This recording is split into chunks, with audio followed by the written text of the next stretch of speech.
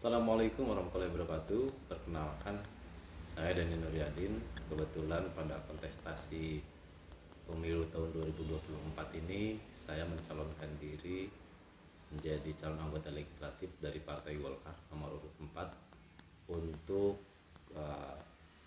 daerah pemilihan Kuningan 5 yang terdiri dari Kadukude, Nusa Erang, Dharma, Sajambe, Subang, Cilebar. Motivasi saya mencalonkan diri adalah yang pertama adalah pengabdian, yang kedua adalah saya memiliki visi yaitu Kuningan Nanjel, dengan salah satu misi yang ingin saya lakukan adalah optimalisasi potensi desa menuju desa mandiri berkeadilan. Nah, bagaimana caranya mengoptimalisasikan potensi desa? Kebetulan di daerah pemilihan Kuningan 5 itu ada 60 desa yang saya yakin masing-masing desa itu memiliki potensi yang berbeda-beda. Salah satu contoh misalkan di Kecamatan Dharma ada 9 desa yang memang mengelilingi Waduk Dharma, dan itu banyak potensi yang bisa kita kembangkan.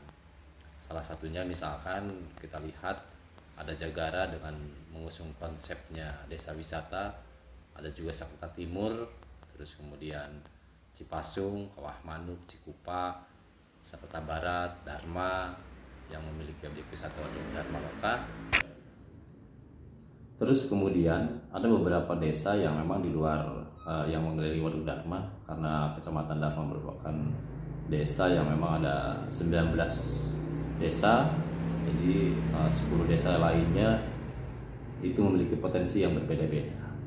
Nah, potensi-potensi tersebut apakah potensi itu bisa dimaksimalkan atau tidak?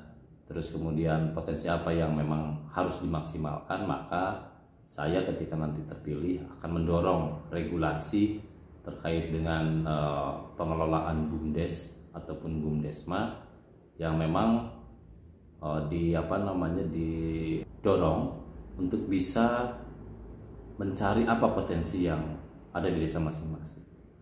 Contoh misalkan di Kecamatan Subang ada desa Subang yang memiliki mata air panas, dan itu menjadi potensi desa yang sangat luar biasa sehingga bisa menghasilkan PAD, dan sekarang dikelola oleh BUMDes. Nah, optimalisasi potensi desa itu saya ingin dorong melalui BUMDes atau BUMDesma. Jadi sebelum nanti misalkan bisnis apa atau usaha apa yang akan dilakukan oleh desa masing-masing, maka penting kiranya kita semua melakukan kajian. Nah, kajiannya itu kajian yang memang secara akademis itu bisa dipertanggungjawabkan, sehingga potensi yang betul-betul bisa dikembangkan di Dapil 5 atau di desa yang ada di Dapil 5 itu bisa dioptimalisasikan. Nah, terus kemudian bagaimana dengan postur anggaran? Saya pikir kita tidak lagi pusing untuk hari ini, karena pemerintah pusat sudah memberikan dana desa yang itu bisa dimanfaatkan untuk menggali potensi itu. Nah, sehingga potensi apa yang memang bisa dilakukan atau dikerjakan di desa masing-masing, apakah itu potensi pertanian, potensi perkebunan, potensi peternakan, atau potensi-potensi yang lain, pariwisata misalkan. Tetapi memang tidak semua harus sama, tidak semua harus fokus pada pariwisata, tidak semua harus fokus pada pertanian, tetapi fokus pada potensi wilayah yang dimiliki oleh desa masing-masing.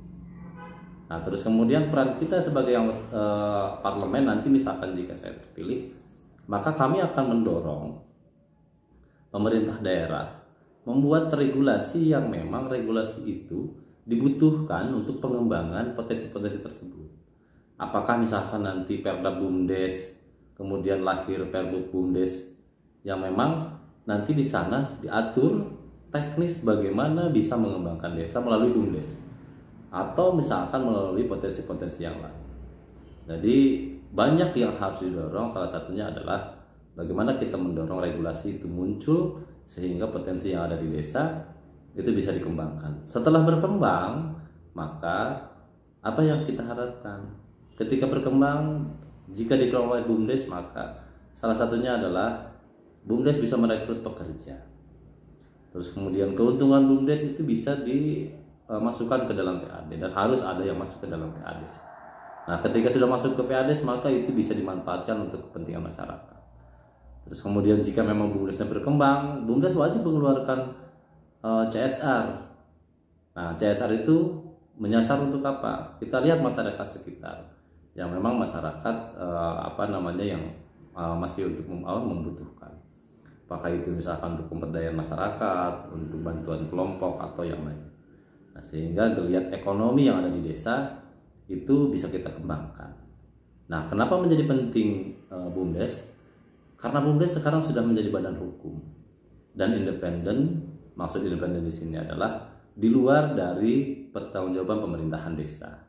Sehingga walaupun memang penasehatnya atau komisaris kalau misalkan di BUMN itu adalah kepala desa ex officio, tetapi secara kelembagaan itu terpisah dengan pemerintahan desa, sehingga memiliki pertanggungjawaban yang berbeda. Selain pertanggungjawaban ke masyarakat melalui MAD, melalui musyawarah desa, MAD jika BUMDes bersama, juga BUMDes itu bisa dilakukan audit, baik itu audit yang dilakukan oleh inspektorat atau audit yang dilakukan oleh audit independen. Nah, sehingga tingkat kepercayaan masyarakat kepada pelaksanaan BUMDes itu bisa kita pertanggungjawabkan. Dan ini adalah potensi usaha yang bisa kita lakukan. Itu mungkin yang pertama, salah satu dari apa yang menjadi niatan baik saya ketika saya insya Allah misalkan terpilih menjadi anggota legislatif dari daerah pemilihan Kuningan 5.